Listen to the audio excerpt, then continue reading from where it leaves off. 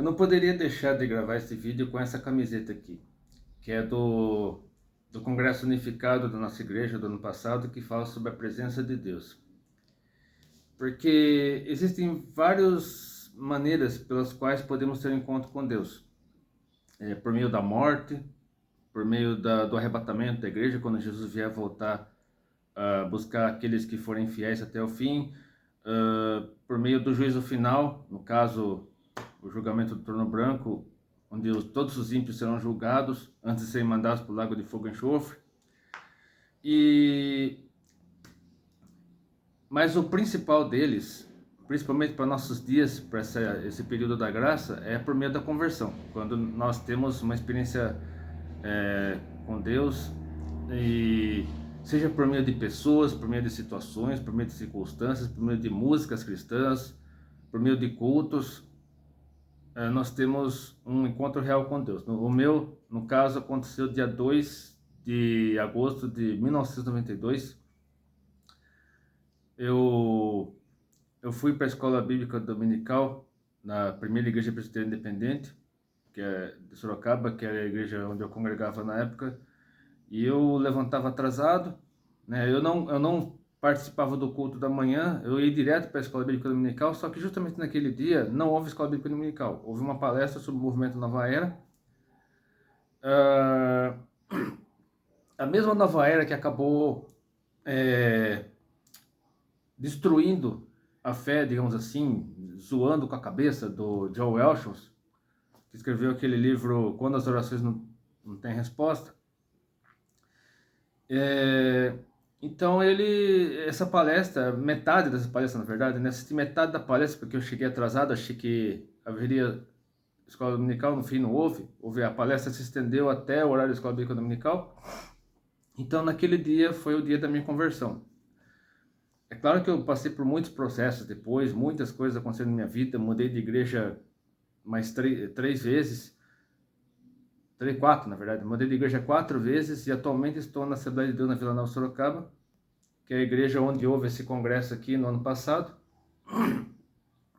Congresso Unificado. Esse ano voltaram os congressos departamentais, como o de varões, do ciclo de oração, a Escola Bíblica de Férias, né, que é tipo um congresso para crianças, do ciclo de oração, dos jovens e adolescentes, que é uma DENS.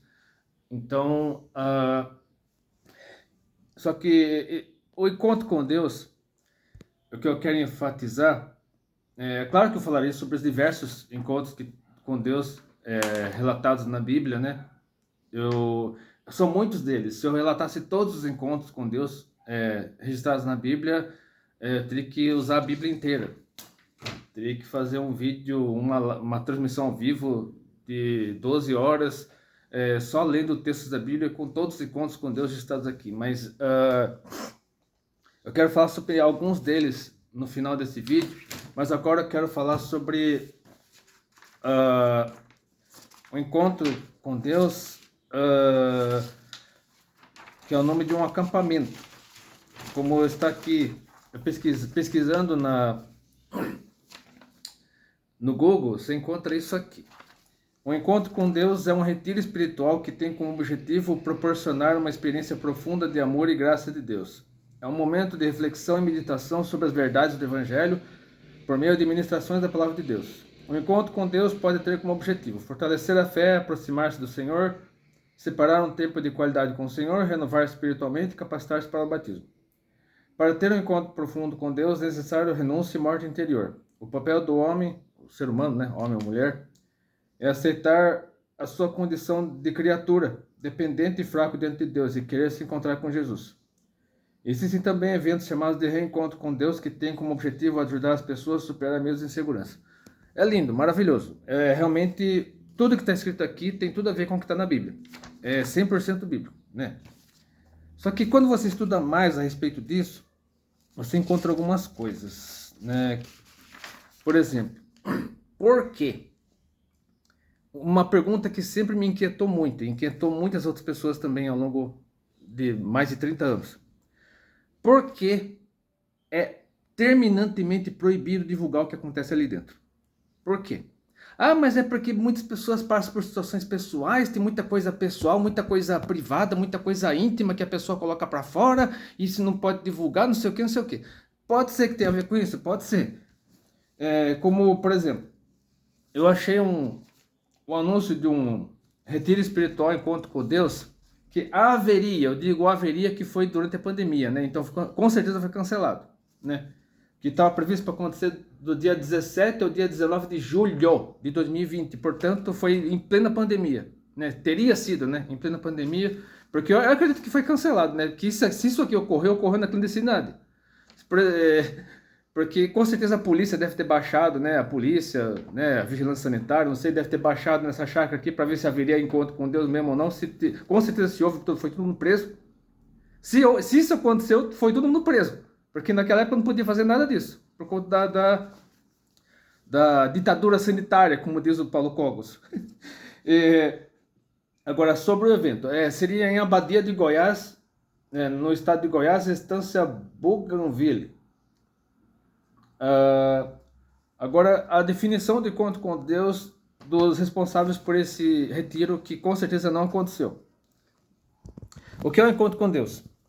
O encontro com Deus, basicamente, é um retiro espiritual que tem como objetivo proporcionar ao encontrista uma profunda experiência de amor, no amor e na graça de Deus. É um tempo dedicado para a reflexão e meditação nas verdades do Evangelho que são propostas através de ministrações da Palavra de Deus. Até aí tudo bem, tranquilo. O encontro é um poderoso impacto na vida de quem passa por ele. Por isso as pessoas que já participaram dizem, uau, foi tremendo. Ou seja, isso aqui é um mantra. Isso aqui é praticamente um mantra. Todo mundo que vai para esse evento fala esse tremendo aí. É praticamente um mantra. Um negócio que você é obrigado a repetir para ir lá no subconsciente da pessoa, para a pessoa ser hipnotizada, digamos assim, e ser praticamente forçada a ir para lá.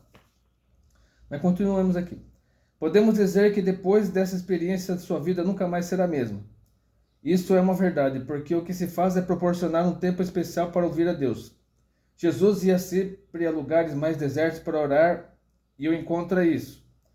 Um lugar e um tempo separados para um ouvir de Deus mais dedicadamente. Por que Jesus ia para lugares secretos para orar?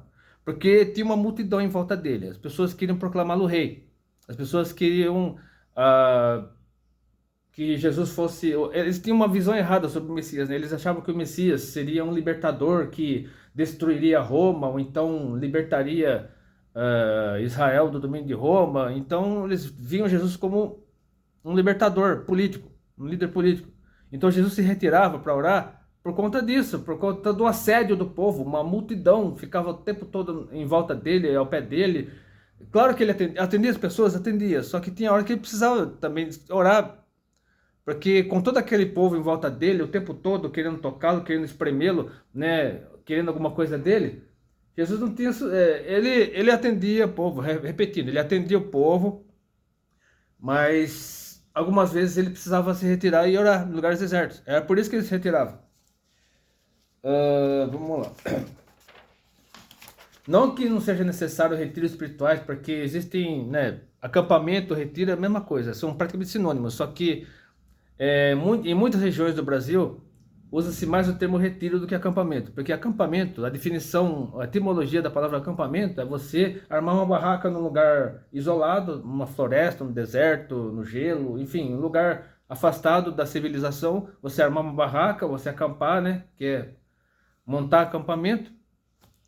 Os militares fazem muito isso nas guerras, e para você sobreviver da natureza, você tá em contato com a natureza e afastado da civilização. É um afastamento da civilização. E o retiro espiritual, ele ocorre geralmente em chácaras, sítios, fazendas, lugares com uma infraestrutura razoável, inclusive alojamentos.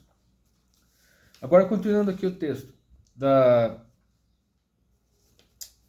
do acampamento, que não aconteceu. Acredito que não aconteceu, porque se aconteceu, não foi todo mundo preso.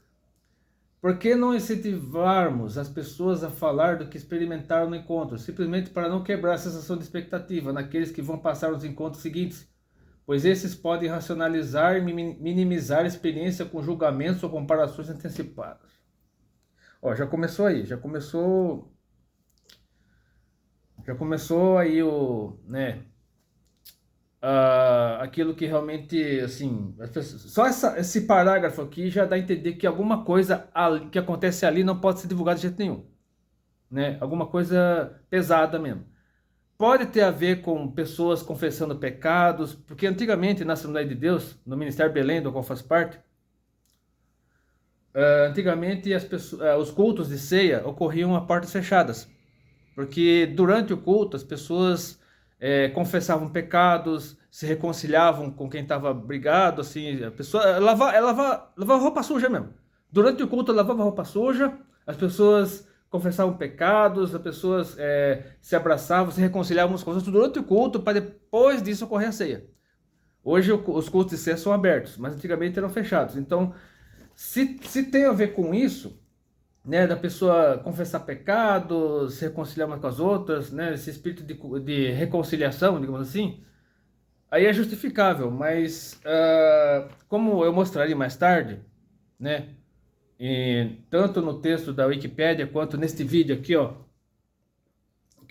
onde um desviado, deixando bem claro que o cara é um desviado, o cara é um cético, né, esse Max Elias é um cético, né, uma pessoa que está afastada da igreja, e ele descarrega toda essa raiva, todo o seu ódio. Eu quero preparar você desde já, que esse vídeo é pesado, é um vídeo de pouco mais de 10 minutos, mas um vídeo muito pesado, né? É a terceira parte, né? Na verdade, eu vi duas partes que são ainda piores que esta, né? As duas primeiras partes desse vídeo são ainda piores que esta, porque ele menciona nominalmente pessoas do meio cristão, ataca líderes cristãos, né? Então esse não é um comportamento adequado, não é um comportamento saudável, porque nós devemos honrar nossos líderes, respeitar nossos líderes, mesmo que eles estejam em pecado, mas devemos honrá-los, respeitá-los, porque eles terão que prestar contas a Deus. Se eles estão pecando, se eles estão cometendo alguma barbaridade, eles terão que prestar contas a Deus. Mas continuemos aqui.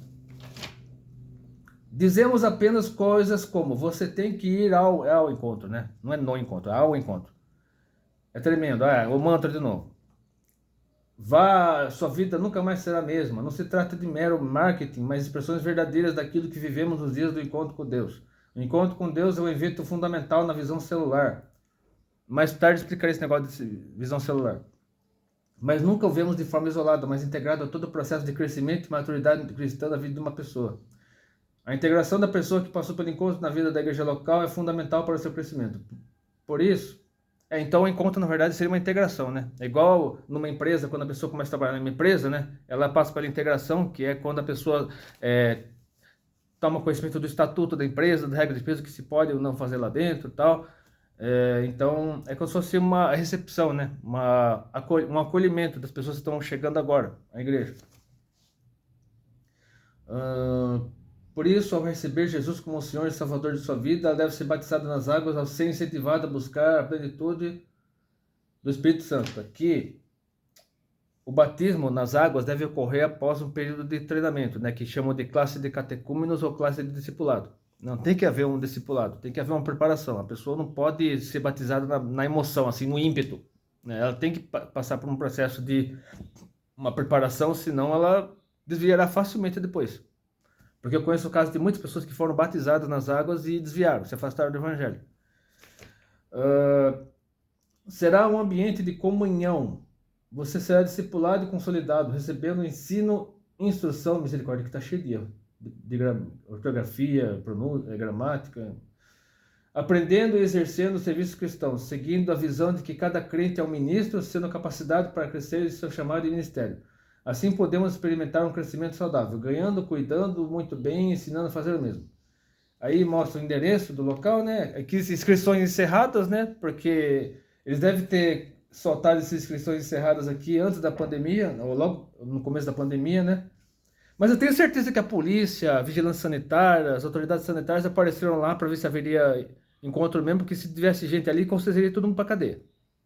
Porque eles estavam desobedecendo as normas sanitárias, né, da Abadia de Goiás, né? Porque a pandemia pegou o mundo inteiro, inclusive Sorocaba. Agora falemos sobre o que a Wikipédia diz a respeito do G12. Tudo começou com o G12. Na verdade, o encontro com Deus é apenas a ponta do iceberg. Na verdade, tudo o que gera esse encontro com Deus, lembrando que encontro com Deus foi do acampamento, do retiro, né? Tudo que gera esse encontro com Deus é o G12. O governo dos 12 ou visão G12 ou G12. É uma estratégia de evangelismo cristão estabelecida pelo pastor César Castellanos, fundador da Igreja Missão Carismática Internacional, uma igreja pentecostal, no caso. O G12 tem como foco o cumprimento da grande comissão, instrução dada por Jesus Cristo para fazer discípulos de todas as nações. Até aí tudo bem, né? Você, lendo o começo aqui, você dá a entender que é algo saudável, algo que realmente veio do Espírito Santo e tal. E que, como eu li isso aqui antes, né? Obviamente eu li esse artigo antes. Tudo dá a entender que a intenção do César Castellanos era boa, que ele realmente recebeu algo do Espírito Santo para fazer, para gerar discípulos e tal. Só que houve um despreparo das lideranças e eles permitiram a entrada de muitas heresias, de muitas coisas, né, doutrinas contrárias à Bíblia, totalmente contrárias ao que está escrito aqui. Muita coisa de fora foi introduzida, né, muitas, enfim, igual aconteceu com o cristianismo, né, quando Constantino unificou, né, impôs o cristianismo como religião oficial do Império Romano, lá pelo ano 313, o cristianismo, as pessoas foram forçadas, né, praticamente forçadas a serem cristãs e acabaram trazendo para o cristianismo suas doutrinas pagãs. Então, mais ou menos isso, né, que deve ter acontecido, né, no G12. O G12 foi uma intenção boa, né, mas como diz o ditado, de boas intenções o inferno está cheio. Então, a intenção foi boa. Eu acredito que o César Castellanos realmente recebeu uma visão do Espírito Santo, como relatarei aqui. O movimento G12 foi criado pelo... Deixa eu ver. Isso aqui já... não, peraí. Deixa eu terminar de ler aqui a introdução. Esse movimento de igrejas em células não se restringe às igrejas neopentecostais, mas alcançaram igrejas como Assembleias de Deus, Igreja Evangélica Quadrangular, Igrejas Batistas, Igreja Nazareno, além de igrejas autônomas, igrejas independentes, no caso, que não tem um governo central e tal. Que não tem assim, igrejas que não tem, tipo, presbitério, sínodo, né, Assembleia Geral e tal. O método pode ser utilizado por qualquer tipo de igreja evangélica em qualquer região do Brasil, com fiéis de qualquer classe social ou nível de instrução. Entretanto, algumas denominações não permitem que suas igrejas façam parte desses movimentos, como é o caso da Igreja Presbiteriana do Brasil. A Igreja Presbiteriana do Brasil é uma das mais conservadoras do país, inclusive com relação a dons espirituais, principalmente o dom de línguas. Conheço pessoas dali, né, como a influenciadora Jordana Musetich, que ela é presbiteriana, mas é continuista. Ela crê na permanência dos dons do Espírito Santo após o período apostólico. Já a grande maioria, a maioria esmagadora, principalmente da liderança, né, os líderes da Igreja Presbiteriana do Brasil, são sensacionistas. Ou seja, eles não creem na continuidade dos dons do Espírito Santo após a era apostólica. E pelo que eu entendi aqui, pelo que está subentendido nesse parágrafo, quem participa desses movimentos G12, M12, enfim, tem um G13 lá também, que eu falarei um pouco depois. Membro da Igreja Presbiteriana do Brasil que participa desse momento é excluído. Passa por disciplina e é excluído. Então, a pena é exclusão mesmo. A pessoa é expulsa da igreja. Passa por disciplina? Passa, né? Mas com certeza quem passa por disciplina, né, passa por uma situação bastante constrangedora e acaba sendo praticamente expulso da igreja. E até hoje a Igreja Presbiteriana do Brasil não aceita nem diaconisa, por exemplo. Eles não aceitam hipótese alguma pastorado feminino. Para eles, pastorado feminino é uma coisa demoníaca. Eles não aceitam pastor, não aceitam presbítera, não aceitam diaconisa. Até hoje a Igreja Presbiteriana do Brasil nem diaconisa tem. Então, para eles, mulher na igreja, mulher pregando na igreja é algo demoníaco. Então, eles não aceitam de jeito nenhum. Agora, continuando aqui. Segundo os adeptos, o G12 busca evangelização, ou seja, ganhar vidas para Deus, cumprindo com o mandamento do Senhor. Ide por todo mundo e pregar o evangelho a toda criatura, usando como estratégia células, pequenos grupos de oração e estudo da Bíblia. Uma outra prática do G12 é de trabalhar o discipulado nas células, fundamentado no versículo, portanto, ide e fazei discípulos de todas as nações, batizando-os em nome do Pai, do Filho e do Espírito Santo. É Mateus 28, 19. Origem. O movimento G12 foi criado pelo pastor colombiano César Castellanos Domínguez, da Missão Carismática Internacional. Castelhanos iniciou seu movimento em 1983, inspirado no modelo de igreja em células do pastor sul-coreano David Young-cho, Paul Young-cho. Inclusive existe uma controvérsia sobre a mudança de nome, né, do Young-cho, de David para Paul, né? A Igreja do Evangelho Pleno, no caso que seria uma das maiores igrejas evangélicas da Coreia do Sul. Com esse projeto, Deus iniciou o MCI. Castelhanos afirma então ter recebido uma revelação profética diretamente de Deus em 1991, em resposta à sua oração em prol do crescimento da sua igreja devido ao movimento inicial não ter obtido o êxito esperado. Em seu livro Sonha e Ganharás o Mundo, Castelhanos esclarece: em 1991 sentimos que se aproximava um maior crescimento, mas algo impedia que o mesmo ocorresse em todas as dimensões. Estando em um dos meus prolongados pedidos de oração, pedindo a direção de Deus para algumas decisões, clamando por uma estratégia que ajudasse na frutificação das 70 células que tínhamos até então, ou seja, já existia igreja de células, né? Com base no modelo sul-coreano,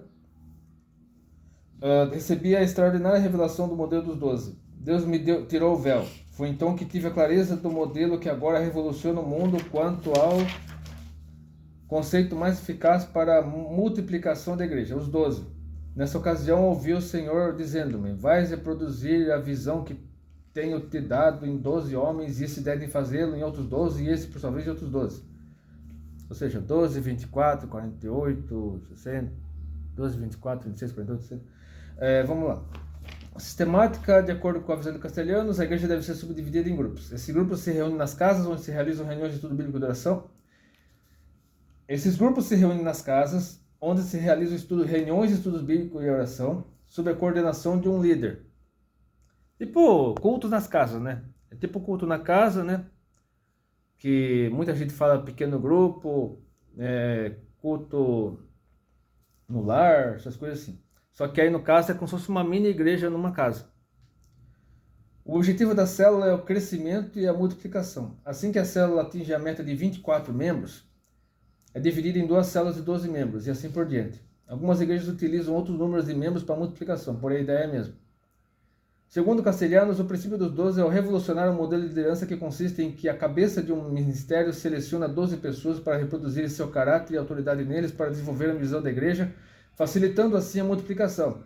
Essas 12 pessoas selecionam outras 12 e essas outras 12 para fazer com elas o mesmo que o líder fez em suas vidas. Dessa forma, a visão, como costuma ser chamado G12, é tratada como uma estratégia para a frutificação rápida e eficaz da igreja através da qual o evangelismo é sistematizado. É muito comum que algumas igrejas adeptas do G12 estabeleçam metas de crescimento. Aí já virou empresa, né? Aí já virou empresa. Aí já o negócio já começou a azedar. Quem estabelece meta de crescimento é a empresa. E quanto mais capitalista a empresa, maior a meta de crescimento, né? Você tem que até tal dia, tal horário, tal ano, tem que alcançar tanto número de pessoas. Não é assim que funciona. O tempo de Deus é diferente do nosso. O Kairos, que é o tempo de Deus, é diferente do Cronos, que é o nosso tempo. Então, já começou a azedar. Já estava azedado, né? Já ajudou ainda mais. Mas vamos lá. Que assim, a intenção, como falei, a intenção da terceira Castelhanos é boa. Eu acredito que ele realmente recebeu uma visão de Deus. O Espírito Santo realmente mostrou uma estratégia missionária para ele, só que pessoas, né, foram para a carne, né?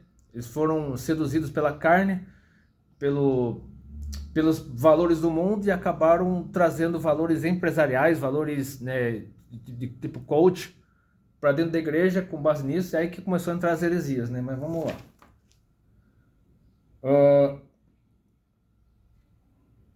Segundo seus idealizadores, o G12 possui olha, tá travando a minha língua.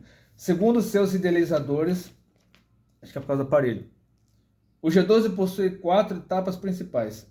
Ganhar. Ocorre quando um novo membro é convidado e começa a participar das reuniões na célula ou na igreja e aceita Jesus em sua vida. Lembrando que os cultos, aos domingos, nesse modelo de igreja em células, os cultos são reuniões das células, ou seja, os cultos ocorrem durante a semana nas casas, por meio das células, e aí os cultos dominicais, nem EBD, essas igrejas nem têm EBD, deixando uma coisa bem clara, essas igrejas não têm EBD, né? Essas igrejas não têm escola bíblica dominical, ou pelo menos a maioria delas não tem, e os cultos de domingo à noite são reuniões das células, quando as células se reúnem, né? Existe o risco de panelinha também, né? A célula acaba virando panelinha, enfim, tem tudo isso. Mas vamos continuar aqui. Ganhar é o primeiro, consolidar é o cuidado que se tem com o novo convertido, né? Discipulado, no caso. É nessa etapa que o novo convertido é convidado a participar do encontro, retiro espiritual. Aí eu já falei, dei uma introdução sobre o encontro, agora falarei o que a Wikipédia diz a respeito do encontro, porque o encontro é uma consequência do G12, né? O encontro foi criado pelo G12, é uma consequência das reuniões em células do G12. Discipular. Após o encontro, o participante é discipulado, etapa essa em que o líder o ajuda a moldar seu caráter ao caráter de Cristo. Enviar. O novo líder está pronto para assumir uma célula. Ou seja, aqui, na verdade, o batismo, nesse modelo, ocorre ou na consolidação, né, que é o segundo, são 4 passos, né? Ou ocorre na consolidação ou no discipulado, né? O batismo, no caso, né? Então, o certo é que o batismo ocorra somente após a conversão, né? E após o discipulado, né? A conversão e o discipulado. A pessoa tem que ser capacitada, né? Tem que saber o que está fazendo, não pode ir na emoção, não pode ir no ímpeto. Ela tem que saber o que está fazendo. É por isso que eu atualmente sou contra o batismo de criança. Então, eu fui batizado quando criança, acho que dia 25 de dezembro de 74, eu tinha alguns meses de vida, mas o meu verdadeiro batismo, que eu considero como meu verdadeiro batismo, ocorreu em 2006, na Igreja Batista do Jardim Maria do Carmo. Na verdade, o batismo foi lá na Igreja Batista da Vila Santana, porque a Igreja Batista do Jardim Maria do Carmo não tinha batistério, então o batismo ocorreu lá na Vila Santana, mas pela Igreja Batista do Jardim Maria do Carmo. Então esse que eu considero meu verdadeiro batismo, porque eu sabia o que estava fazendo. Há, porém, outras versões para o modelo de igreja em células, mas, no entanto, não possuem nenhum ligamento com G12 do pastor César Castelhanos, que são M12 do René Terra Nova, né, que o René Terra Nova é um dos maiores líderes eclesiásticos do Pará. Muita gente fala que ele é herege, que ele fala isso, que ele faz aquilo, mas isso é entre ele e Deus, ele que dará conta disso a Deus. O GG13, Governo e Graça dos 13, de R. Coelho. Esse eu não conheço, mas enfim. Agora vamos para o encontro, segundo a Wikipédia. Os encontros fazem parte da estratégia de consolidação. São retiros, normalmente de 3 dias, realizados com todos que desejam participar. Para participar é necessário passar pelas reuniões de pré-encontro, onde os participantes recebem instruções sobre a visão e a estrutura da igreja em células. Após o retiro, também são realizadas as reuniões pós-encontro. De acordo com Castelhanos, é a primeira experiência de confrontação cara a cara com Deus, consigo mesmo e com as demais pessoas, que o motivará a refletir no seu viver diário e a projetar-se em paz e segurança, a projetar-se com paz e segurança em Jesus Cristo para o futuro. O encontro é uma experiência genuína com Jesus Cristo, com a pessoa do Espírito Santo e com as Sagradas Escrituras. Ou seja, segundo o texto de Castelhanos, durante encontros haveria um intensivão de Bíblia, né? Uma imersão na Bíblia mesmo. Deveria haver, pelo menos, né? Uma imersão na Bíblia. Mas pelo que eu mostrarei aqui daqui a pouco, não é exatamente isso que acontece. Pelo menos na maioria dos tais encontros, né? Que continua acontecendo, não acabou. Em 2024, esses encontros continuam acontecendo. Agora, continuando aqui o que o Castelhanos diz a respeito do encontro. Vamos lá. O encontro é uma experiência genuína com Jesus Cristo, com a pessoa do Espírito Santo e com as Sagradas Escrituras, no qual, mediante conferências, seminários, vídeos e autoexame, se leva o novo convertido ao arrependimento, libertação de ataduras e cura interior. Cura interior aí já leva para uma heresia, né? Que é como se fosse uma versão cristianizada do Espiritismo, né? Que no Espiritismo ocorre nas religiões afro-brasileiras, né, nas religiões de matriz africana, acontece muito isso, da pessoa estar com alguma coisa, né, e o espiritismo ou essas religiões de matriz africana promover uma limpeza na pessoa. Então, ocorre algo mais ou menos parecido, né, pelo que o Max Celeste diz aqui. Mas esse vídeo não é um vídeo de julgamento, não é um vídeo de condenação, é um vídeo apenas para nos trazer um pouco de luz a respeito dessas polêmicas todas, porque há mais de 30 anos isso causa muita polêmica. Como eu já disse aqui, na Igreja Presbiteriana do Brasil é totalmente proibido participar disso. Quem participa disso é excluído da igreja. ou no mínimo passa por uma disciplina. Então, vamos lá, continuando aqui. Segundo, palavras terça-castelhanos. O propósito é dar orientação clara à luz das Sagradas Escrituras ao recém-convertido sobre seu passado, presente e futuro com Jesus Cristo, mediante ministrações a nível pessoal e de grupo. Tem dinâmica de grupo também, reuniões em grupo e tal, orações em grupo. Desta maneira, o novo crente é preparado para desenvolver uma relação íntima com o Senhor, facilitando-lhe o aprendizado da oração, leitura da palavra e conhecimento da visão. Ou seja, não basta apenas conhecer a Bíblia, né? É preciso conhecer a visão, o modelo celular, né, do G12. É comum, em alguns casos, antes do encontro, o participante já ter passado pelo batismo nas águas, mas geralmente isso acontece após o encontro, quando o participante já alcançou certo nível de consciência e de arrependimento do pecado, requisito primordial para a realização do batismo. Até eu concordo, né, que o batismo tem que ocorrer após a pessoa ter consciência do que está fazendo. Nos encontros, a principal ferramenta de atuação é do Espírito Santo. As atividades variam a cada igreja, mas normalmente métodos de lembrar o indivíduo da cruz, né, como o filme Jesus, né, A Paixão de Cristo, né? Com certeza esse filme A Paixão de Cristo é exibido no encontro, né, onde Jesus aparece, né, o Jim Caviezel, no caso, aparece em carne viva, né, totalmente dilacerado. E eu acredito que Jesus realmente ficou desse jeito, né, na cruz. Então a pessoa, né, o pastor no Gideões deste ano, o pastor Gilmar Fiuza, tem uma pregação do pastor Gilmar Fiuza onde ele descreve tudo que Jesus passou na cruz, com detalhes, inclusive os olhos saltando, assim, os olhos saltando para fora, por conta do esforço dele em respirar, né, com os braços assim pendurados na cruz, o esforço dele em respirar. Segundo, né, estudos, Jesus ficou com os olhos saltados para fora. Continuando aqui. Essa forma é tremendo. Esta forma é tremendo. Aí que tá. Eu não sei se o editor errou aqui ou ele colocou de propósito. Significa que tremendo, porque a pessoa fica assim, ó. Durante o encontro a pessoa fica tremendo, assim. Só se for isso. Porque tremendo é o mantra, como eu já disse, tremendo é o mantra utilizado pelos organizadores do encontro para ir até o subconsciente da pessoa que está curiosa, para ela ser movida pelo ímpeto, né, pela curiosidade, pela emoção para participar do encontro. For praticamente forçada a participar do encontro, né? A pessoa praticamente obrigada a participar do encontro, né? Com base nesses mantras aí, tipo, é tremendo, é a melhor experiência da sua vida, não sei o que, tal. Continuando aqui, deixa eu ver, essa forma é tremenda, seria o correto, né? Do método proposto pela Bíblia, onde a transformação acontece pela leitura da mesma. Então, aqui, a Bíblia está sendo, aparentemente, a Bíblia está sendo tratada como alguma coisa mágica. A Bíblia não é mágica, a Bíblia o Espírito Santo fala primeiro, a Bíblia fala, mas a Bíblia não é um amuleto, você não deve abrir a Bíblia no Salmo 90 e deixar lá, esquecer lá no Salmo 90, né, que é o Salmo das Páginas Amarelas, né, como se fosse algo mágico, algo, né, não, a Bíblia o Espírito Santo fala por meio da Bíblia, você ouve a voz de Deus por meio da Bíblia, mas você jamais deve tratar a Bíblia como se fosse um livro de mágica. E outra coisa, continuando aqui. Após o encontro, o membro da célula passa por um treinamento para se tornar líder. Esse curso dura de 3 a 9 meses e tem por objetivo formar o membro para conduzir as reuniões nas células.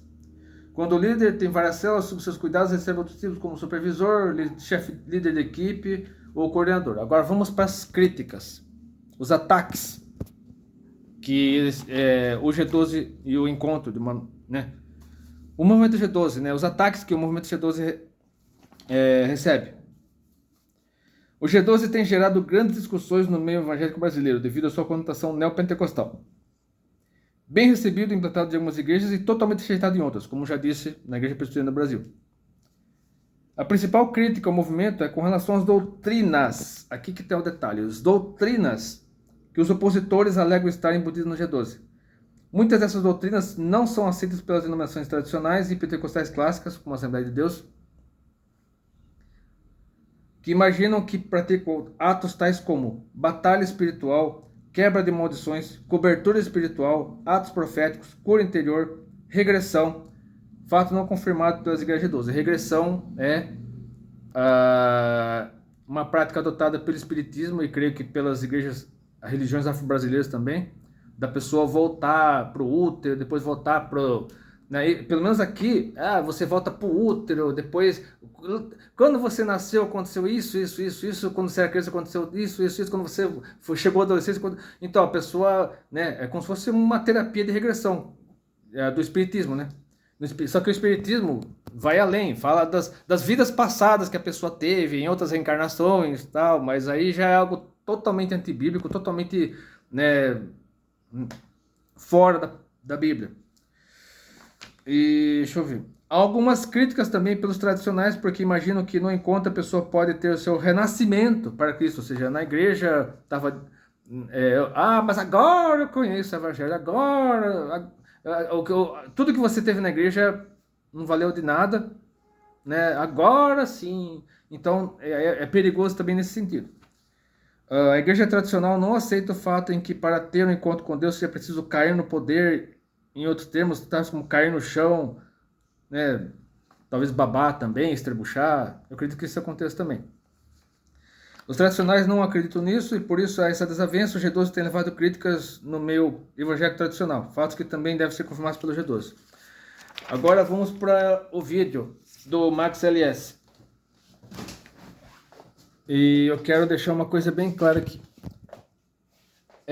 Em determinado momento do vídeo, o Max LS, repetindo, o Max LS é desviado, ele é afastado do evangelho, ele está afastado da igreja. Eu não sei se está vivo ainda, não sei se já morreu, enfim, que esse vídeo é de 16 anos atrás. Eu acho que é de 1998, não, 2008. Esse vídeo é de 2008. 2007, 2008, não lembro exatamente, acho que é 2007. Mas de qualquer forma, 2007, 2008, não importa. Você percebe claramente que ele está desviado. Nas duas primeiras partes desse vídeo, ele ataca, inclusive nomina pessoas, dá nomes às pessoas. Ele menciona aqui a pastora Ana Paula Valadão. E a pastora Ana Paula Valadão, quem conhece o ministério da pastora Ana Paula Valadão sabe que ela é uma serva de Deus, ela é realmente convertida. Mas ela se envolveu com polêmicas lá, da unção do leão, de ficar engatinhando no chão, imitando o leão, mas isso é entre ela e Deus. Se Deus a usou, eu creio que Deus a usou naquele momento, né? Não foi algo da carne, foi algo do Espírito mesmo. Mas a Ana Paula Valadão é claramente uma serva de Deus. Tem uma entrevista dela no canal da Karina Bach, que eu deixarei no final, na tela final desse vídeo, né? Entrevista completa, caso você queira assistir. Mas o Max LS está desviado. Você percebe claramente que ele é desviado. Então, as duas primeiras partes desse vídeo, eu não quis mostrar, porque são muito pesadas mesmo. Ele ataca sem piedade, sem dó, sem piedade, líderes cristãos. Né, como eu já disse aqui, você deve honrar seus líderes, mesmo que eles estejam errados, mesmo que eles estejam em pecado, você deve honrar seus líderes, porque eles têm que dar conta disso a Deus. Não é você que deve tentar tirar o seu pastor, seja lá qual o título que você dá para a pessoa, para o líder da sua igreja. Você não deve tirar, fazer campanha contra o seu líder, né, tentar tirá-lo da igreja, tentar colocá-lo na cadeia. Isso é entre ele e Deus, e se a justiça dos homens encontrar alguma coisa errada nele, aí... Mas ele tem que estar acontecendo a Deus. Então ele está fazendo aqui o mesmo papel da Daiane Damasceno. Daiane Damasceno, ela está afastada da música cristã, ela está atacando sem dó os cristãos,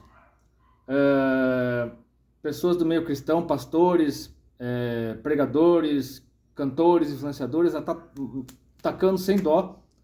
Ela está fazendo o papel do diabo, né? Porque o papel do diabo é acusar, é apontar o dedo na cara. Então ele está fazendo aqui o papel do diabo, deixando bem claro aqui. Então ele menciona aqui a Assembleia de Deus. Não é o Ministério Belém.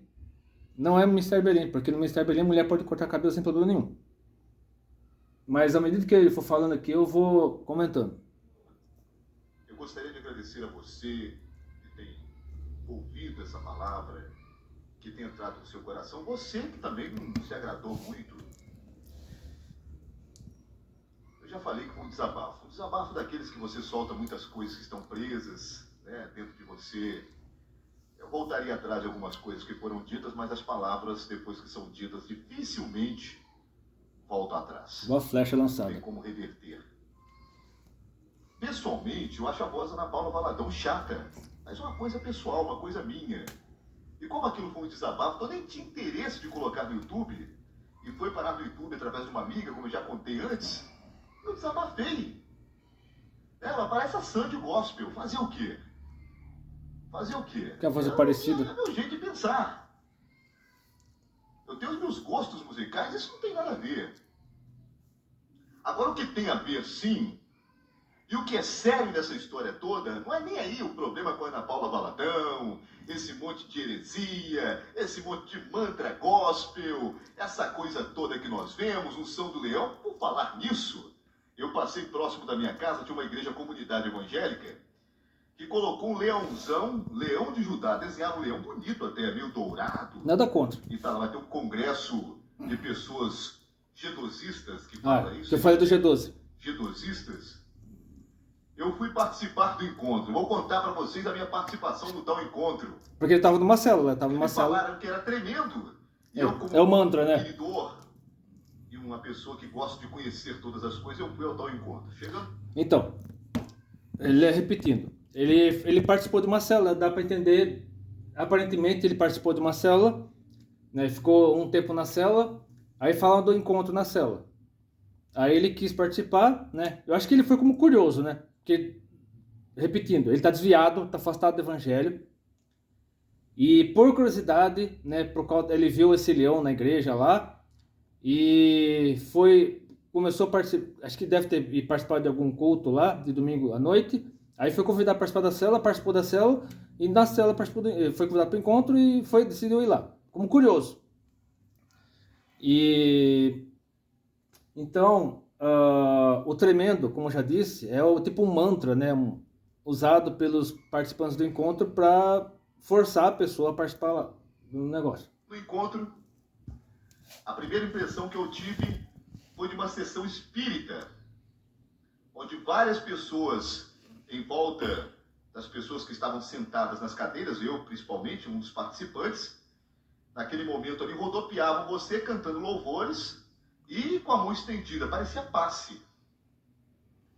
Depois desse encontro todo, dessa primeira impressão que eu tive, nós tivemos um momento, como diria, um momento lavagem cerebral, um momento hipnose, onde a menina cantava um louvor muito lento, desacelerando o metabolismo, e você caindo naquele momento de reflexão, uma luz azul no teto. Então, houve uma época, uns 10 anos atrás mais ou menos, que começou a ver esse negócio de... não é espontâneo, né? Que fala imersão espontânea, mas uma coisa assim, que acho que é imersão, né? Até o Dentro do Trono lançou essa imersão, Ana Paula Valadão gravou tudo, a imersão, né? Que é um fundo musical contínuo para a pessoa estar na presença de Deus. Assim, eu acredito que Deus pode falar por meio disso? Pode, eu acredito que sim. Deus pode falar por meio de músicas assim. Só que eu tenho um livro aqui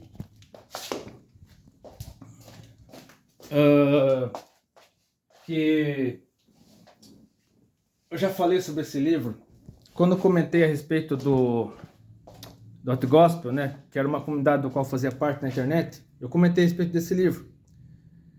Que a música, segundo esse livro, a música tem sim poder para tirar a pessoa da realidade, tirar a pessoa, né? Para tirar a pessoa da realidade, fazer a pessoa estar num estado de transe, de êxtase, hipnose, seja lá o que for, né? E essa mesma música ser usada para colocar coisas no subconsciente da pessoa, tanto para o bem quanto para o mal. Nesse caso aqui do rock, é usado para o mal, né? Por isso que até hoje eu não consigo, eu tenho dificuldade para aceitar rock evangélico, né? Atualmente sou uma pessoa bem eclética. Eu ouço tudo quanto é tipo de música cristã, músicas cristãs, Tanto que eu tenho ouvido, ultimamente tenho ouvido muito Leonídio Moreira, que é um forrozaço, né? Forró gospel, né? O cara ele canta forró gospel. Só que rock eu não consigo. Não consigo, de jeito nenhum, não consigo ouvir. Por conta desse livro, principalmente, e porque a música rock é uma música agressiva, né? Eu considero o rock agressivo demais. Então, alguns tipos de música, né? É comprovado cientificamente que você pode. A música tem poder, sim. A música não é algo assim amoral. Você pode sim usar a música para colocar coisas na mente das pessoas, tanto para o bem quanto para o mal. Aqui no caso é para o mal. E aqui, pelo que ele está relatando aqui, o negócio, a música estava sendo usada aqui como os indianos até hoje usam, né? Os mantras indianos, meditação transcendental, tal. A música na Índia é usada para a pessoa ficar em estado de transe, estado, né, de meditação fora da realidade, enfim. O John Arthur com certeza ouve essas músicas direto. Mas continuando aqui. Aquela luz azul. E a menina começava a cantar repetidas vezes. E o cara chegava assim perto de alguns irmãos, colocava a mão na cabeça e daqui a pouco o cara caía no chão. Chegaram perto de mim, eu falei, ó, tira a mão de mim. Assim não. Se Deus tiver que fazer alguma coisa comigo, vai fazer no sério, na realidade. E fiquei na minha. Dali pra frente eu fui tido como herege no encontro, mas tudo bem. Fiquei afastado. Depois mandaram uma lista com os vários pecados que eu tinha cometido na vida. Olha, era uma lista enorme. E perguntando, você já fez isso? Eu, sim. Já fez aquilo? Sim. Nossa, consegui bater todos os recordes de pecado. Afinal de contas, eu sou um bom pecador. Como todo pecador. E como não tem ninguém nesse mundo que não é pecador. Ó, esse negócio de bom pecador... Ó, mais uma prova de que esse Max Elias está desviado, porque não existe bom pecador, né? Existe pecador, pronto. Existe o pecador remido pelo sangue de Jesus, lavado pelo sangue de Jesus. Existe o pecador que insiste em permanecer no pecado, né? Que peca deliberadamente e até para confrontar Deus, até para zombar de Deus. Mas pela maneira que ele falou aqui, o cara se achou bonzão, né? O cara se achou. Mas enfim, vamos continuar aqui. Aí depois de pegar aquela lista de pecados, eles levaram para uma fogueira, queimaram, dizendo que a partir daquele momento estava tudo perdoado, estava tudo zen, tudo tranquilão, tudo numa boa. Depois daquela parte ali, levaram para uma tenda branca que eles armaram ali dentro do... Ó, sim, esse negócio de tenda é perigoso.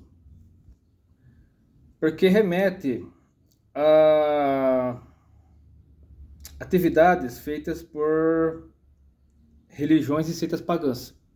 Então é muito perigoso.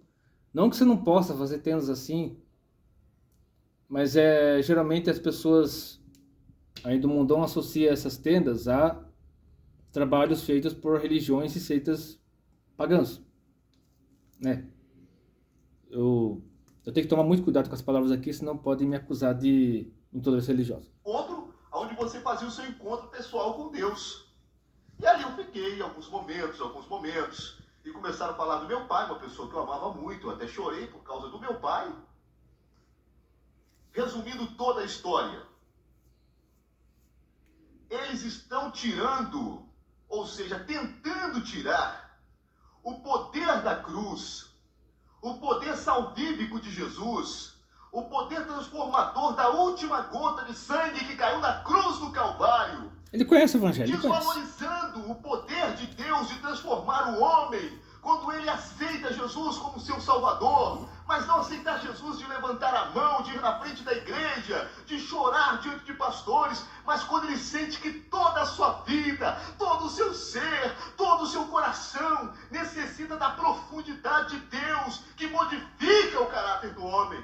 Então, por aí aparentemente você percebe que o cara é cristão, o cara tá falando tudo isso e tal, mas tem muito criminoso que tá no presídio, muita gente que tá nas drogas, até pessoas que estão na prostituição, né, pessoas que estão na rua aí fazendo coisa que não presta, que estavam na igreja, sabem tudo isso e às vezes evangelizam Você aborda essas pessoas de madrugada para evangelizar, e essas pessoas conhecem mais Bíblia que você.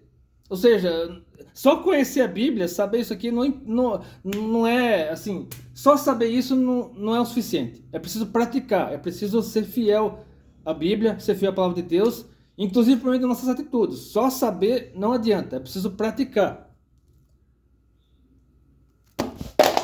Ai, meu Deus. Pera aí, calma. Eles tentam mudar aquilo que não tem mudança, que é o poder da cruz do Calvário, desvalorizando o sacrifício de um homem que carregou a cruz do Calvário, que morreu pelos pecadores, numa profecia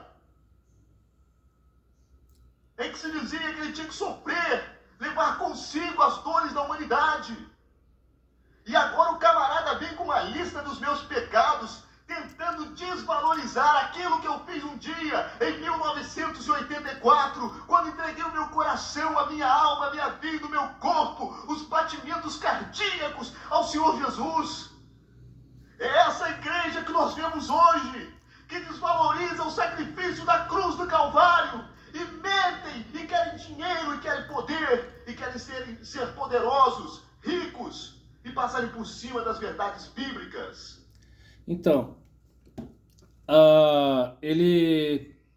você percebe até aí, já está na metade do vídeo, você já percebe que ele está irado, furioso com o sistema religioso, né?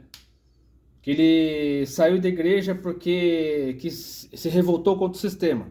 Aí se você acompanhar o vídeo até o final, você verá que ele queria que as pessoas saíssem dos templos, né? Deixassem as igrejas, né, institucionais e passassem a congregar só em casa. E muita gente durante a pandemia não quis mais voltar para a igreja. Ah, eu estou bem aqui em casa, eu sirvo a Deus aqui em casa, se tu culto aqui em casa mesmo. É por isso que assim é muito perigoso. É importante, né, as transmissões ao vivo têm alcançado muitas vidas, né? Cultos transmitidos ao vivo têm alcançado muitas vidas, mas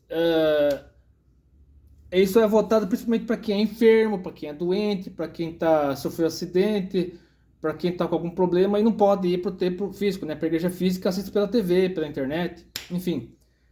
Mas fazer o que ele, no final do vídeo, acho que na parte final do vídeo, o que ele recomenda fazer é totalmente desaconselhável e é uma justificativa para você desviar, para você se afastar do evangelho, né? Porque é impossível você ser cristão só em casa. É impossível. Por mais que os desigrejados defendam, né, o rompimento com o sistema eclesiástico, com o sistema religioso, para você cultuar a Deus só em casa, mas isso permite uma série de coisas erradas, você coloca muito lixo na sua cabeça, muita coisa podre, e acaba terminando com o John Edwards, que eu mencionei aqui. Onde ameaçam quem fala a verdade, aonde excluem, aonde eu vi quando era um adolescente na minha igreja, uma moça ser excluída, uma não, foram 10 moças na Assembleia de Deus. Repetindo, não é o Ministério Belém. Era outro ministério, porque o Ministério Belém, né? Ah, mas antigamente não podia. Mas de qualquer forma, se na época o Ministério Belém não permitia, hoje permite, né? Isso é uma outra discussão, né? Isso daria na verdade, eu tenho um vídeo onde falo a respeito disso, né? Sobre escândalo, como é que fala? Usos e costumes e escândalo, né? Deixa eu entrar no final desse vídeo também, onde eu falo a respeito disso, usos e costumes e escândalo. Porque apararam a ponta do cabelo.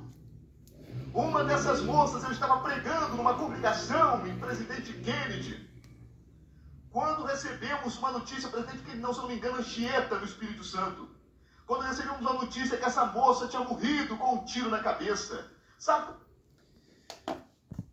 O fato dela ter se suicidado por conta de ter sido excluída da igreja por cortar o cabelo não justifica, né? Porque provavelmente ela estava desviada, estava afastada do evangelho, né? E se a norma da igreja proibia de cortar o cabelo, né? Se você está numa igreja que proíbe de cortar cabelo, proíbe de usar calça comprida, né? Respeita a liderança da sua igreja. Simples, respeita a liderança da sua igreja, né? Se você não se sente bem ali, é só congregar em outra igreja. Normal. Na Bola de Neve você pode usar até camiseta, né? Tatuagem. Eu sou contra tatuagem, né? Deixando bem claro que eu sou contra tatuagem. Eu tenho meus motivos pelos quais sou contra tatuagem. Mas na Bola de Neve você pode até tatuado. Mas isso aqui, ó. O fato da mulher ter se suicidado, a igreja, o sangue daquela mulher cairá sobre a igreja. Não, para com isso, para com isso. Foi uma decisão dela, foi coisa dela, né? Tirar a própria vida, né? Se a igreja fez alguma coisa errada, se os líderes dessa igreja fizeram alguma coisa errada, eles terão que dar conta disso a Deus, né? Para com esse negócio de ficar julgando, né? Condenando, o sangue dela recairá sobre. Não, para com isso. Por quê? Você quer saber por quê? Porque ela desviou depois de ter sido excluída porque aparou a ponta do cabelo. E estava no bailão com seu amante, quando o rapaz tira uma arma para matar um outro sujeito e pega no meio da testa dela. Não foi suicídio, não. Foi... Deus vai cobrar da mão desses saqueadores do reino, desses pastores, bispos, apóstolos, o sangue dos mártires, das pessoas que morreram por culpa deles. Ela não foi Marte, meu. Ela não foi Marte, ela tá desviada. Marte é quando a pessoa permanece fiel até o fim, igual foram os apóstolos, igual foram alguns pais da igreja, esses que permaneceram fiéis até o fim, né? Que morreram pelo evangelho, foram mortos, até hoje ainda são mortos nos países da janela 3x40, em muitos países do mundo eles são mortos, são fuzilados, né? Enfim, por permanecer fiel. Agora no caso ela tá desviada, ela tá afastada do evangelho. Ou seja, ela não foi chamar uma mulher desviada de mártir, é coisa assim de gente que não está realmente muito afastada do evangelho, né? Chamar uma desviada de mártir. Porque eles têm servido muitas das vezes como emissários do diabo e da mentira. É isso que nós vemos hoje. Repetindo, ele está fazendo aqui o mesmo papel da Diana Damasceno. Diana Damasceno condenando ao inferno líderes eclesiásticos por conta das más escolhas de pessoas que fizeram parte de suas igrejas. Todos os dias surgem modas da Igreja de Cristo. Esse vestido branco dessa noiva está sendo contaminado. Como poderemos nos apresentar nas bodas numa situação desse jeito? Ele conhece, até sobre nós que somos uma geração de inconformados, nos levantamos contra esses ladrões do reino. Geração de desviados. Deveria ser aqui, ó. Aqui deve estar escrito geração de desviados. E ele está desviado. Você percebe claramente que ele está desviado. Que vendem seus livros, bíblias, CDs e mentem para a população, dizendo que é preciso dar grana, que é preciso dar dinheiro para ser abençoado. Enquanto a Bíblia fala, a Bíblia diz que toda sorte de bênçãos estão sobre aqueles que seguem o Senhor Jesus. Você percebe aí que ele é contra o dízimo também, né? Ele dá a entender que é contra o dízimo também. Eu quero que você pense nisso. Hoje, quando você entrar no templo evangélico da sua igreja, quando você for o defensor da sua denominação dizendo, não, a Assembleia de Deus é a igreja certa, a igreja batista é a igreja correta, a presbiteriana, essa sim é uma igreja que prega a palavra, a metodista, a anglicana, não sei quantas denominações nós temos no Brasil e no mundo. Precisamos tirar as placas denominacionais, precisamos abandonar essa historinha templária. Aqui já tá ligando o surgimento das denominações aos templários. O cara tá viajando na maionese já. O cara já tá falando de templário. O cara tá completamente zoado, com a mente toda zoada já. E aí tô chegando na parte do vídeo onde ele fala para sair dos templos, né? Para romper com as denominações e cultuar a Deus em casa. E começar a abrir o nosso coração para uma coisa tremenda, que é levar o reino de Deus simples, da maneira apostólica. A Bíblia diz no livro de Atos dos Apóstolos que os apóstolos tinham tudo em comum. O que eu vejo hoje é que quando nós sabemos da situação de um irmão que está passando uma situação terrível financeira, Nós tentamos falar assim, ó, nós vamos orar pela sua vida, irmão, para Deus abençoar, você vai sair disso. Mas não temos coragem de enfiar a mão no bolso e abençoar a vida desse irmão. Aí ele está sendo cruel até, dizendo que nenhuma igreja institucional tem beneficência, né? Manda mantimentos, manda ajuda, né? Por meio de comida, cesta básica. Nossa igreja, no caso, tem esse hábito de mandar cesta básica, mandar comida, né? Muitas outras igrejas também, muitas outras denominações. Então, o que ele está falando aqui é um julgamento cruel até, né? Está sendo extremamente cruel. Deus está esperando muito mais da igreja de Cristo. Deus está esperando muito mais de você. E se você hoje é inconformado e não consegue mais frequentar um templo, agora, eu te convido a congregar na sua casa, no seu lar. Convide seus amigos, se reúna, ore, busque a Deus, busque orientação, cante louvores, faça um lanchinho entre amigos, tenha comunhão, fale com teus vizinhos, traga os homossexuais, traga os alcoólatras, traga as pessoas que precisam, as prostitutas, as pessoas que estão sendo abandonadas. Que negócio perigoso aqui.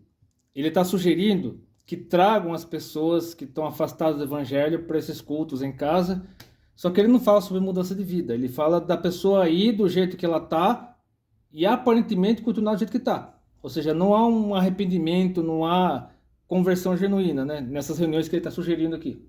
Porque nessa boda de Deus, nessa festa que está acontecendo, Deus cansou de chamar essa turminha. E Deus agora está trazendo você inconformado, você que está na vida perdido, você que é considerado um herege por essa turma toda, porque você não come esse pão contaminado que eles estão te dando. Deus está convidando você para a festa. Venham! Venham inconformados! Venham hereges! Venham vocês que são prostitutas! Venham aqui homossexuais! Vocês que são abandonados pela igreja! Venham conhecer a plenitude do Evangelho, o cristianismo simples e puro pregado pelo Senhor Jesus. Esse é o convite de Deus para você hoje. A geração de inconformados no Brasil cresce a cada dia. E nós podemos fazer a diferença.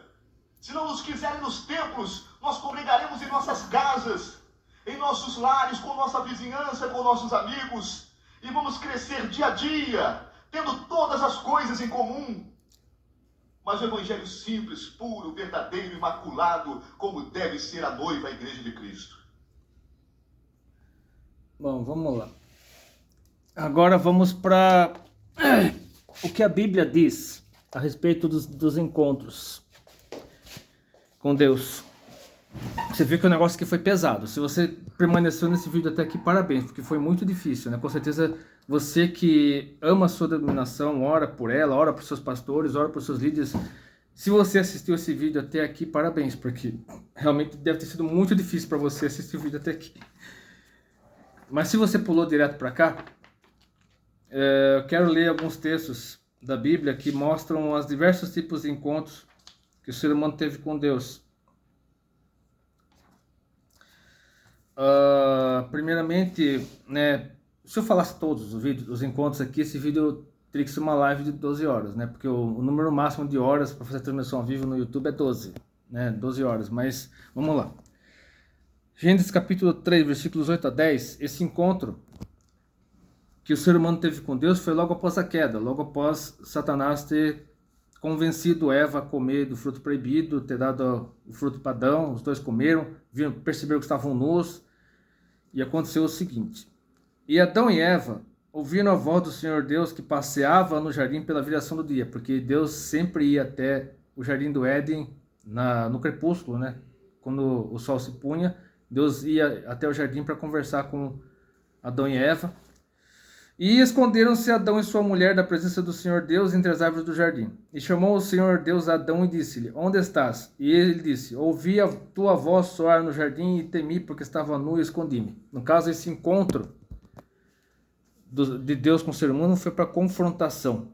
Foi para o ser humano confrontar, foi para Deus confrontar o ser humano a respeito do pecado que tinha acabado de cometer e mostrar para o ser humano no caso Adão e Eva, o que aconteceria com eles e com todo o universo a partir daquele momento. Ainda no livro de Gênesis, capítulo 32, de 22 a 32, né, que o livro de Gênesis retrata vários outros encontros do ser humano com Deus, né, com o próprio Caim, logo que ele matou Abel, Deus foi atrás de Caim, Deus foi atrás de Noé, né, para avisar Noé que o mundo seria destruído pelo dilúvio, para mandar fazer a arca, tal, para ele e a família entrar na arca, os animais também. Deus apareceu para Abraão, né, inclusive corporalmente, por meio de uma teofania, né, pouco antes da destruição de Sodoma e Gomorra. E Deus apareceu para Jacó, como está relatado aqui. Tem a visão da escada, né, a visão da escada, né, e já quando Jacó já estava rico, né, tinha acabado de sair da casa de Labão, praticamente fugido, né, Labão foi atrás dele e tal, no fim os dois conseguiram se entender. E aqui no capítulo 32, versículos 22 a 32, aparece esse episódio aqui. E levantou-se, no caso Jacó, aquela mesma noite, tomou as suas 2 mulheres e as suas 2 servas, as mulheres, no caso, Lia e Raquel, as servas Bila e Zilpa, os seus 11 filhos. Aí, no caso, Benjamim ainda não tinha nascido, né? Porque Benjamim nasceu, né? Raquel morreu logo depois de dar a luz a Benjamim, né? Então Benjamim ainda não tinha nascido. E passou ao val de Jaboque, que é um córrego. E tomou-os e fê-los passar o ribeiro, e fez passar tudo o que tinha. Jacó, porém, ficou só. Já era noite, né?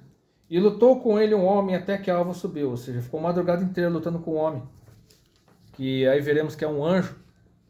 Mas é como se o próprio Deus tivesse lutado com ele, né? Que por meio de um anjo Deus lutou com Jacó. E vendo este, no caso o anjo, que não prevalecia contra ele, contra Jacó, tocou a juntura de sua coxa e se deslocou a juntura da coxa de Jacó, lutando com ele, e disse: deixa-me ir, porque já a alva subiu, ou seja, já amanheceu. Porém ele disse: não te deixarei ir, se não me abençoares. E disse-lhe: qual é o teu nome? E ele disse: Jacó. Então disse: não te chamarás mais Jacó, mas Israel, porque como príncipe lutaste com Deus e com os homens e prevaleceste. Israel significa aquele que luta com Deus, que é um dos países mais odiados no mundo no momento, né? Mas Israel está lá, devemos orar por Israel, né? Porque Deus tem promessa para Israel, enfim. E Jacó lhe perguntou e disse: dá-me, peço-te a saber o teu nome. E disse: por que perguntas pelo meu nome? E abençoou ali. E Jacó chamou o nome daquele lugar Peniel, porque dizia: tenho visto a Deus face a face, e a minha alma foi salva. E saiu-lhe o sol quando passou Peniel e manquejava de sua coxa. Por isso os filhos de Israel não comem o nervo encolhido que está sobre a juntura da coxa até o dia de hoje, porquanto tocar a juntura da coxa de Jacó, o nervo encolhido. Aí Deus continuou aparecendo para o ser humano, né, e quando chegou a vez de Moisés, está lá em Êxodo capítulo 3, versículos 1 a 6. E apacentava Moisés o rebanho de Jetro, seu sogro, sacerdote em Midian. Lembrando que Moisés era um dos 4, era descendente de Levi, no caso, né? Levi, um dos filhos de Jacó. Os Jacó e seus descendentes foram quando José no Egito. Após Jacó saber que José estava vivo, Jacó e toda a sua família foram para o Egito, ficaram lá 430 anos, né? Os descendentes, no caso de Jacó, ficaram 430 anos no deserto, no Egito. E Moisés era um descendente de Levi que foi parar no palácio, né, de Faraó até os 40 anos. Aos 40 anos ele viu um egípcio espancando um hebreu, matou o egípcio, acabou sendo condenado à morte, fugiu para Midian, ficou 40 anos em Midian e com 80 anos ele teve essa visão aqui. E levou o rebanho atrás do deserto e chegou ao monte de Deus, a Horebe, que é Sinai. Horebe, Sinai, é o mesmo monte. E apareceu-lhe o anjo do Senhor em uma chama de fogo do meio de uma sarça. E olhou, e eis que a sarça ardia do fogo, e a sarça não se consumia. E Moisés disse: agora me virarei para lá e verei esta grande visão, porque a sarça não se queima. E vendo o Senhor que se virava para ver, bradou Deus a ele do meio da sarça, e disse: Moisés, Moisés. Respondeu ele: Eis-me aqui. E disse: Não te chegues para cá, tira os sapatos de teus pés, porque o lugar em que tu estás é terra santa. Disse mais: Eu sou o Deus de teu pai, o Deus de Abraão, o Deus de Isaac, o Deus de Jacó. E Moisés encobriu seu rosto porque temeu olhar para Deus. E aí você vê na continuação, né, do capítulo 3, aí onde Deus revela o nome dele: Eu sou o que sou, é Yahvé. Aí os demais textos também. E chegamos lá para Êxodo 33, né? Teve lá, o povo de Deus teve as 10 pragas, o povo saiu do Egito e tal. Aí no deserto do Sinai, Moisés subiu até o monte para ter a visão receber as tábuas dos 10 mandamentos, desceu do monte, viu o povo adorando o bezerro de ouro, quebrou as tábuas, muitos foram mortos, né? Aí foi logo depois da morte dos idólatras que ocorreu esse episódio aqui. Moisés intercedendo pelo povo, porque Deus queria matar todo mundo e fazer da descendência de Moisés, no caso Gerson Gerson e o outro lá, esqueci o nome. Não lembro se ele Gerson e o outro lá, acho que é Eliezer. Deus queria fazer deles um novo povo, né? Mas Moisés intercedeu pelo povo. Né, para que Deus não matasse aquele povo e tal. E aí no versículo 11 do capítulo 33 contamos o seguinte: E falava o Senhor a Moisés face a face, como qualquer fala com o seu amigo. Depois tornava-se ao arraial. No caso, Moisés voltava para o arraial. Moisés subia o monte, falava com Deus, descia o monte, voltava para o arraial. Mas o seu servidor, o jovem Josué, filho de Nun, nunca se apartava do meio da tenda. Aí no versículo 15 do capítulo 33 tem aquele clássico versículo, né? Moisés falando para Deus: se tua presença não for conosco, não nos faça subir daqui. Aí Deus concordou, né? Claro que o povo foi rebelde, o povo foi murmurador, principalmente após os 12 espias entrarem na Terra Prometida, inclusive Josué, que eu mencionei aqui. Aí 10 dos espias falaram mal da Terra Prometida, né? No caso Canaã, o povo ficou chorando, lamentando, murmurando, e aí Deus amaldiçoou o povo, quase todos os que saíram do Egito acima de 20 anos, né, que tinham mais de 20 anos quando saíram do Egito, morreram, e os seus descendentes ficaram vivos. Os que tinham 20 anos quando saíram do Egito também permaneceram vivos, exceto Josué e Caleb. Josué tinha mais de 20 anos quando saiu do Egito, e Caleb tinha 40. Então, agora continuamos aqui, né? Houve muitas outras manifestações de Deus, né, para os seres humanos e tal. Vamos para Isaías agora. O chamado de Isaías, capítulo 6, versículos 1 a 8. No ano em que morreu o rei Uzias, eu vi também ao Senhor sentado sobre um alto sublime trono, e a cauda do seu manto enchia o templo. Serafins estavam por cima dele, cada um tinha 6 asas, com 2 cobriam seus rostos, e com 2 cobriam seus pés, e com 2 voavam, e clamavam uns aos outros, dizendo: Santo, Santo, Santo é o Senhor dos Exércitos, toda a terra está cheia de sua glória. Uns dizem que esse Santo, Santo, Santo é um superlativo, né? De repetir a mesma palavra 3 vezes seria um superlativo. Outros dizem que refere-se à Trindade, Pai, Filho e Espírito Santo, mas isso não importa. O importante é o que estava acontecendo aqui naquele momento. E os umbrais das portas se moveram à voz do que clamava, e a casa se encheu de fumaça. Então disse eu: Ai de mim, pois estou perdido, porque sou um homem de lábios impuros e habito no meio do povo de impuros lábios, e os meus olhos viram o Rei, o Senhor dos Exércitos. Porém um dos serafins voou para mim, trazendo na sua mão uma brasa viva de que tirar do altar com uma tenaz, e com a brasa tocou a minha boca, e disse: Eis que isso tocou os teus lábios, e a tua iniquidade foi tirada, e expiado o teu pecado. Depois disso ouvi a voz do Senhor que dizia: Quem enviarei, quem há de ir por nós? Então disse eu: Eis-me aqui, envia-me a mim. Isaías, como foi fiel até o fim, foi fiel à sua missão até o fim, profetizou contra Israel e profetizou também a filha de Jesus. Foi o profeta que mais profetizou a respeito de Jesus. E ele foi tão fiel que foi cerrado ao meio pelo rei Manassés. Manassés o ameaçou de morte e cerrou Isaías ao meio. Aí agora vamos para Daniel, né? O livro de Daniel tem várias profecias, né? Várias manifestações sobrenaturais. E aqui no capítulo 3, versículos 24 a 27, quando Sadraque, Mesaque e Abednego foram condenados à fornalha por não terem se curvado dentro da estátua de ouro, aconteceu o seguinte: então o rei Nabucodonosor se espantou e se levantou depressa, falou dizendo aos seus conselheiros: não lançamos nós dentro do fogo 3 homens atados, Responderam e disseram ao rei: é verdade, ó rei. Respondeu dizendo: eu, porém, vejo 4 homens soltos que andam passeando dentro do fogo sem sofrer nenhum dano, e o aspecto do quarto é semelhante ao Filho de Deus. Aqui é o próprio Jesus. Eu creio que foi o próprio Jesus ali com Ananias, Misael e Azarias, né? Lembrando que os nomes verdadeiros deles são Ananias, Misael e Azarias, né? Esses outros nomes aí foram dados pelos babilônicos para que eles, tirando a identidade deles de hebreus e colocando a identidade babilônica neles. Mas os nomes verdadeiros deles são Ananias, Misael e Azarias. Então, eu leria o texto aqui. Aqui, ó. Então, levantando-se Nabucodonosor à porta da fornalha de fogo ardente, falou dizendo: Sadraque, Mesaque e Abednego, servos de Deus Altíssimo, saí e vinde. E agora, parafraseando com os nomes verdadeiros deles. Então Ananias, Misael e Azarias saíram do meio do fogo. Eles saíram do meio do fogo. E reuniram-se os príncipes, os capitães, os governadores, os conselheiros do rei, e contemplando esses homens, viram que o fogo não tinha tido poder algum sobre os seus corpos. Nenhum só cabelo de sua cabeça se tinha queimado, nem as suas capas se mudaram, nem cheiro de fogo tinha passado sobre eles. E aí tem os profetas, né? Os demais profetas, tal, Deus apareceu para esses profetas, tal. Agora vamos para o Novo Testamento. Primeiro eu quero ler aqui o Evangelho segundo João, capítulo 4, versículo 19 a 30, que mostra Jesus aparecendo, né, conversando com a mulher samaritana, e por meio de Jesus, a mulher samaritana viu o próprio Deus, como relataremos aqui.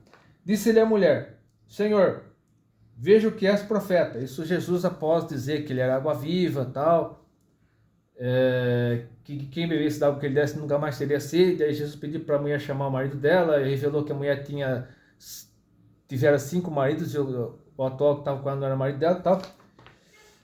Nossos pais, no caso, os pais da mulher samaritana, adoraram nesse monte, Monte Gerizim. Lembrando que o Monte Gerizim era um monte onde, lá em Deuteronômio, o Monte Gerizim foi escolhido como o Monte das Bênçãos, e o Monte Ebal, o Monte das Maldições. Então, por ser o Monte das Bênçãos, os samaritanos acreditavam que no Monte Gerizim eles encontrariam a Deus. Então, eles cultuavam a Deus no Monte Gerizim.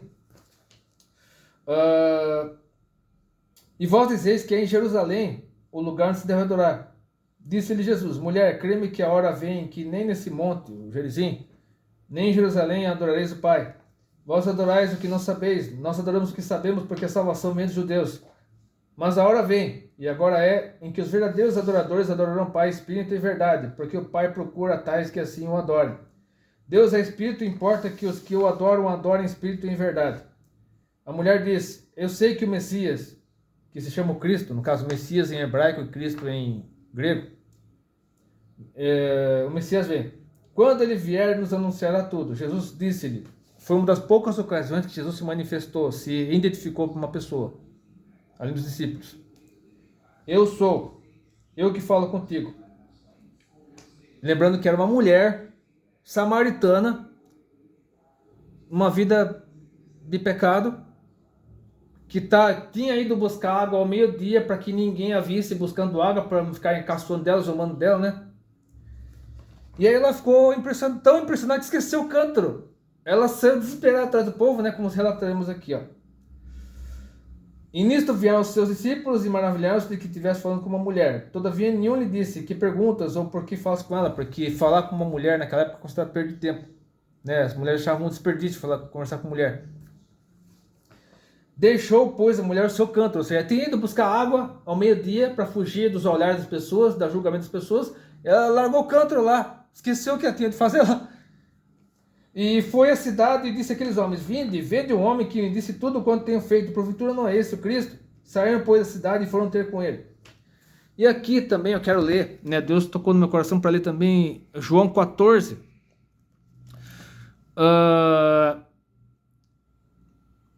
De 8 a 11.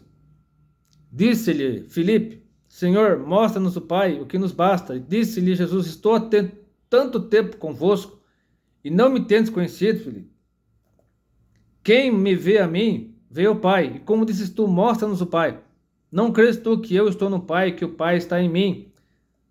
As palavras que eu vos digo, não as digo de mim mesmo, mas o Pai que está em mim é quem faz as obras. Crede-me que estou no Pai e o Pai em mim. Crede-me, ao menos, por causa das mesmas obras. aqui mais uma vez refutando a testemunha de Jeová, dizendo que Pai, Filho e Espírito Santo são a Trindade, uma única pessoa. Deus é uma única essência, no caso. Deus é uma única essência, Deus soberano, absoluto, com 3 pessoas, Pai, Filho e Espírito Santo.